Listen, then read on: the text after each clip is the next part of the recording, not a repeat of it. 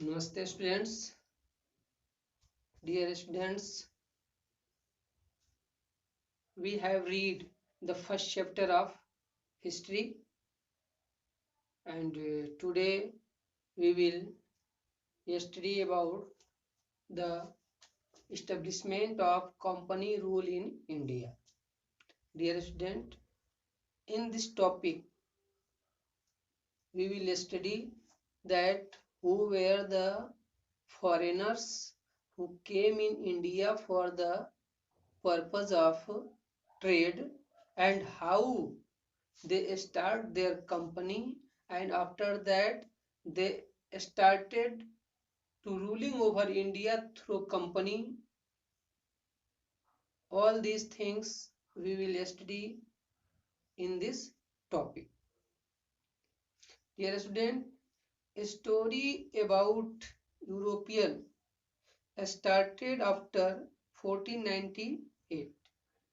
भारत में जो story of European है, यूरोपियन की जो कहानी है वह स्टार्ट होती है 1498 से.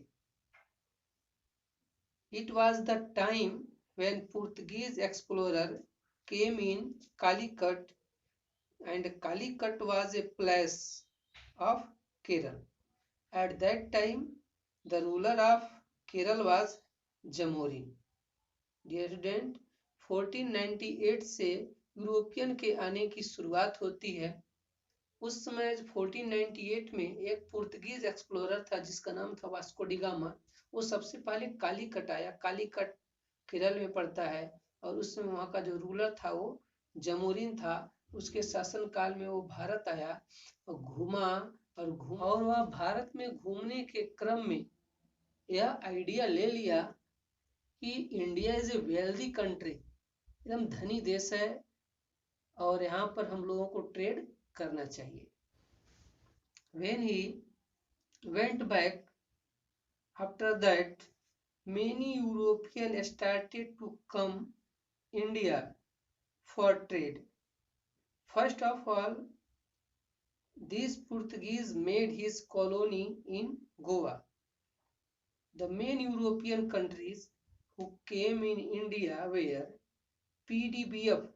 It is the short form of the some European countries that were very important for the view of exam, and it is the sequence of the European countries who came in India for the purpose of business या trade. इसमें PDBF, P for Portuguese, D for Dutch, B for Britain and F for France. ये main countries हैं who came India for the purpose of trade. इसके अलावे भी like Holland, Danish, Spain, etc. These were the also country who came India for the trade. Dear student, in India they got permission to the local rulers for trade, but after the death of Aurangzeb in 1707, Mughal Empire disintegrated into small parts and many small kingdoms set up like Bengal, Awadh, Mysore, Sikh, Jat, Marathe, Rajput, etc. Dear student, यह भारत में आने के बाद जो Indian rulers थे उनसे trade के लिए परमिशन लिए किसी तरह से, और परमिशन लेने के बाद अपना ट्रेडिंग का काम शुरू कर दिए.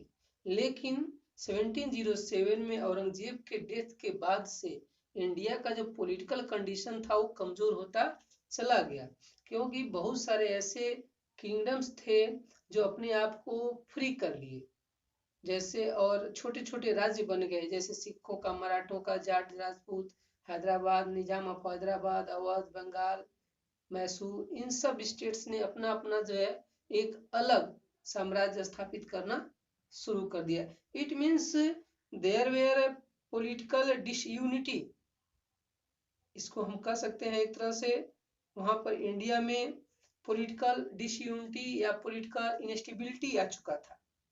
In that condition, European also took advantage of this condition. At that time, many European countries were trading in India, so they also jealous to each other, इतना ही प्रॉब्लम नहीं था इंडिया में, जो पॉलिटिकल डिस्टरबेंस तो था ही, साथ ही साथ इंडिया में बहुत सारी ट्रेडिंग कंपनियां आ चुकी थी, ट्रेडर्स आ चुके थे यूरोपियन, जिसमें अभी मैंने बहुत सारे कंट्रीज का नाम बताया। मीन सब ट्रेडर्स कंपनी जो थी, ट्रेडर्स थे, उन सभी ट्रेडर्स में बेनिफिट को लेकर के आपस में जिलसी होता था, हमेशा ईर्ष्या रहता था, और अधिक से अधिक मुनाफा कमाने के लिए भी एक दूसरे से जलन रखा करते थे। So they also fight to each other. At last rebel started in European traders.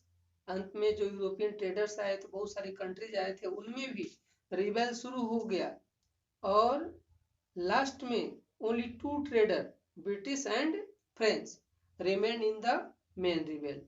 और एट लास्ट मात्र दो लोग बचे, एक फ्रेंच और एक ब्रिटिश, ये दो मेन रिबेल्स के रूप में इंडिया में रह गए। बाकी जो ट्रेडर्स आए थे दूसरे दूसरे कंट्री के, वो अपने अपने देश वापस चले गए। और इधर हम इंडिया का देख रहे हैं कि इंडिया में छोटे छोटे राजा अपना अपना छोटा छोटा राज्य बना करके शासन करने का काम कर रहे थे। डियर स्टूडेंट, इसके बाद हम देखेंगे कि ये जो ट्रेडर्स हैं, they started to make their trading centres in India. अब ये क्या कर रहे हैं, धीरे धीरे अपना इंडिया में आकर के ट्रेडिंग सेंटर्स बनाना शुरू कर दिए, and that trading centres was known as factory. उसी को जो है कि फैक्ट्री के नाम से जाना गया। Why this place was known as factory? Because here all the factors were available for trade. ये वो ऐसा जगह था जहां पर ट्रेड के लिए सभी फैक्टर्स होते थे, ऊपर अवेलेबल रहते थे, इसलिए जो है कि इसको फैक्ट्री के नाम से जाना गया। इतना ही नहीं, they fortified their factories also for the safeguard. Safeguard किससे? जो अदर ट्रेडर्स थे, उनसे सेफगार्ड के लिए अपने अपने फैक्ट्री को क्या किए, फोर्टिफाई करना भी शुरू कर दिए। Dear student, at that time they buying mostly cotton, textile, indigo, saltpetre जिसको बोलते हैं हम सोरा, it is a raw material for gunpowder, जो गन पाउडर के रूप में यूज किया जाता है, and sold them in the market of Europe and America at high prices. और इसको ले जा करके वहां पर अमेरिका और यूरोप के बाजारों में महंगे दामों पर बेचते थे। इस प्रकार से they become prosperous day by day, they become prosperous day by day, वे दिन प्रतिदिन उनकी स्थिति मजबूत से मजबूत होती जा रही थी। डियर स्टूडेंट, जानकारी के लिए याद रखना है कि first of all British East India Company came in India in 1608 century, यानी कि 1608 में सबसे पहले ईस्ट इंडिया कंपनी के जो मेंबर थे वो भारत में व्यापार करने के मकसद से आए। वहां की रानी से इन्होंने 20 साल का परमिशन लिया, और 20 साल का जो एग्रीमेंट बना, उस एग्रीमेंट के तहत इंडिया में बिजनेस पर्पज से वे आए। First of all they set up their first trading centre in Surat, और आने के बाद सबसे पहले इन्होंने क्या किया, सूरत में अपना एक ट्रेडिंग सेंटर बनाया। इतना ही नहीं, they also set up the 3 presidencies for their living place. वो अपने लिविंग प्लेस के रूप में, निवास स्थान के रूप में, वो 3 जो है कि रेजिडेंसी बनाए। और वो रेजिडेंसी कहाँ कहाँ पे सेटअप किए गए थे? First was in Fort William in Bengal, and second was in the Fort Saint George in Madras, and third was in the Bombay castle. इस प्रकार से 3 प्रेसिडेंसीज इन्होंने सेटल किया। इतना ही नहीं, they started to make friendly relation with Indian rulers and started to interfere in the internal matter of the Indian ruler। अब trading centre बना लिया सूरत में, इसके बाद अपना प्रेसिडेंसी बना लिए, फिर जो रूलर्स थे उनके इंटरनल मैटर में ये लोग इंटरफेयर भी करना शुरू कर दिए। इसके बाद they adopted a policy of divide and rule. सबसे खतरनाक पॉलिसी एक लाया, वो था बांटो और शासन करो की, यानी कि इंडियन रूलर्स में क्या करना है, आपस में लड़ाना है और लड़ाने के बाद उनके ऊपर ही शासन करना है। In this situation what were the work of the Britishers, उनका काम क्या होता था? They help the one ruler against the other ruler, they help the one ruler against the other rulers. Now these trading companies took over the political control over India. क्या करते थे? एक राजा को दूसरे राजा के खिलाफ लड़ाते थे और किसी एक के साइड से होकर के उसका समर्थन करते थे, जिससे दूसरा राजा जो होता था हार जाता था और जो जीतता था वह उसके बदले में, जीतने के बदले में बहुत सारा जो भूभाग होता था या कुछ भी चीजें जो जरूरत की होती थी वो अंग्रेजों को देता था। इस प्रकार से दे बिकम प्रोस्पेरस, इस प्रकार से धीरे धीरे जो है कि धन संपन्न होते चले गए। And also the trading company took over the political control of India. इतना ही नहीं, धीरे धीरे इंडिया का जो पॉलिटिकल कंट्रोल था वो भी अपने हाथों में ले लिए। Dear student, they also built up their own military for the safeguard to other Europeans, and this military also helped the Indian rulers, and gradually this trading company transformed into the auxiliary government, and after some times they took over the governance of Bengal, Madras, Bombay, and thus become an imperial power. Dear student, इन्होंने कुछ समय के बाद India में एक military power establish कर लिया। Dear student, इनके मिलिट्री पावर को इस्टेब्लिश करने के पीछे क्या राज था? उनका एक एक्सक्यूज यह था कि इस मिलिट्री के द्वारा हम क्या करेंगे, जो अदर कंट्रीज के ट्रेडर्स हैं उनसे हम अपनी ट्रेडिंग कंपनी का सुरक्षा करेंगे। बट उसके पीछे जो उनका दूसरा जो सोच था वो यह था कि हम इस मिलिट्री के थ्रू जो इंडियन रूलर्स हैं उनकी मदद करेंगे। इतना ही नहीं, धीरे धीरे उनके जो पॉलिटिकल मैटर है उसको भी इंटरफेयर करना शुरू कर देंगे। इसलिए उन्होंने इंडिया में एडमिनिस्ट्रेटिव और मिलिट्री दोनों प्रकार के डिपार्टमेंट बनाना शुरू कर दिए। इसके बाद वह मिलिट्री पावर के through time to time they also help the Indian rulers by the military force, and after some times they become auxiliary government. वह एक प्रकार से एक्सिलियरी गवर्नमेंट बन गए। एक्सिलियरी गवर्नमेंट दैट मीन्स एक प्रकार से वो सहायक सरकार का काम करने लगे, यानी कि जो गवर्नमेंट जो रूलर होता था उसकी मदद के लिए वह आर्मी काम करती थी, वो मिलिट्री के लोग जो होते थे वो रूलर्स की मदद करते थे। इसलिए उसको एक नाम दे दिया गया कि अब यह क्या हो गया, एक्सिलियरी गवर्नमेंट बन गया, यानी कि वो मिलिट्री पावर अब राजा की मदद के लिए परमानेंटली उसके पास रहने लगा। Dear student, now we will study about the Carnatic War. अब हम लोग पढ़ेंगे कर्नाटिक वार के बारे में। Dear student, this war fought between English and French between 1746 to 1763। इस प्रकार से यह जो कर्नाटिक वार है यह अंग्रेजों और फ्रेंच के बीच में लड़ा गया था और यह 1746 से शुरू हुआ और 1763 में जाकर के समाप्त होता है। In this period they will fight 3 war of Carnatic. Now we will see the first Carnatic war. Yes, student, first Carnatic war was the result of Austrian Succession War of 1740. This war was fought between Austria and Prussia. Dear student, ये जो first Carnatic वार है जो 1746 से start होता है और 1748 तक चलता है, 2 सालों तक चलता है। यह जो युद्ध है यह ऑस्ट्रिया सक्सेशन वार है। क्योंकि ऑस्ट्रिया और प्रूशिया इन दोनों के मध्य ऑलरेडी युद्ध चल रहे थे। इन दोनों के मध्य ऑस्ट्रिया और प्रूशिया के बीच 1740 में युद्ध 1740 से ही युद्ध शुरू हो चुका था।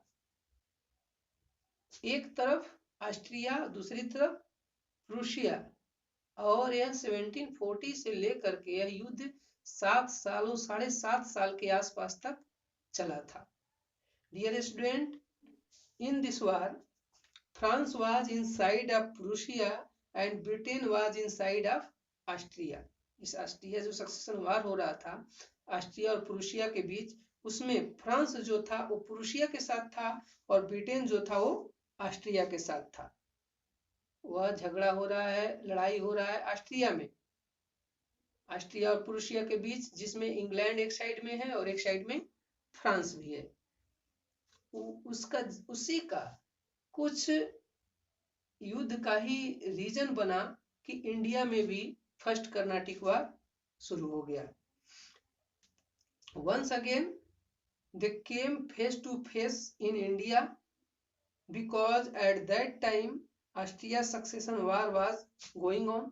जब इसमें ऑस्ट्रिया सक्सेशन वार हो रहा था, अंग्रेज और फ्रांस एक दूसरे के साथ लड़ रहे थे, ठीक उसी समय इंडिया में भी ब्रिटेन और फ्रांस ये दोनों बिजनेस पर्पज से रह रहे थे और उसी का रिजल्ट हुआ कि वहां के जो रूलर्स थे ब्रिटिश और फ्रेंच के, उन्होंने अपने अपने ट्रेडर्स को भी मोटिवेट किया कि वहां पर भी तुम लोग आपस में, वहां पर भी उनके साथ युद्ध शुरू करो।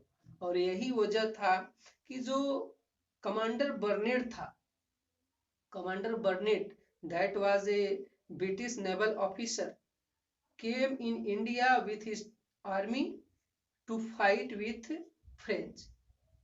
बस तब तक जो ब्रिटिश नेवल ऑफिसर है जिसका नाम है कमांडर बर्नेट, जिसको एक तरह से बुक में आपके लिखा हुआ है कोमोडोर बर्नेट, वह कोमोडोर बर्नेट से मतलब है कमांडर बर्नेट जो था वह अपनी सेना के साथ भारत आया और फ्रेंच के सामने अनाउंसमेंट कर दिया, किसके लिए? युद्ध के लिए। But at that time French commander जो था दैट वाज डुप्लेक्सी। कौन था वो? डुप्लेक्सी फ्रेंच कमांडर था and he was not in mind to any war, लेकिन वह किसी प्रकार के वार के से सहमत नहीं था। He proposed for peace to the British, वो ब्रिटिश वालों से प्रपोज किया कि हम क्या चाहते हैं? शांति चाहते हैं। And at that time the ruler of Karnataka who was Anwaruddin, he was also not in mind to any war in Karnataka, वो भी नहीं चाहता था कि कर्नाटक में किसी प्रकार का युद्ध हो। But after some times Dupleix did not keep his promise and attack on Madras that was under the British. इतना बात होने के बाद जो बर्नेट था वो तो वापस चला गया, लेकिन डुप्लेक्सी जो था he did not keep his promise, वो अपना वादा पूरा नहीं किया, लेकिन वह उसके बदले में क्या किया? जो Madras that was occupied by the Britishers, occupy किया गया था ब्रिटिशर्स के द्वारा, उस पर क्या किया? इसने डुप्लेक्सी ने अटैक कर दिया। अब क्या है? ऐसे कंडीशन में Britishers complain to nawab, Britishers ने कंप्लेन किया नवाब से and nawab declared war against the French in 1746, और वही 1746 the first Carnatic war start हुआ, किससे? फ्रेंच और कर्नाटिक नवाब अनवरुद्दीन के बीच में। But in this battle Carnatic Nawab Anwaruddin was defeated by French, French के द्वारा हरा दिया गया। But Britishers started to fight with French, लेकिन ब्रिटिशर्स क्या किए? नवाब के हारने के बाद ब्रिटिशर्स और यानी कि ब्रिटिशर्स की जो आर्मी थी वह और डुप्लेक्सी की जो आर्मी थी वह एक बार पुनः आमने सामने हुई, और in this war Britishers forced to France for a treaty, and according to that treaty France hand over Madras back to England.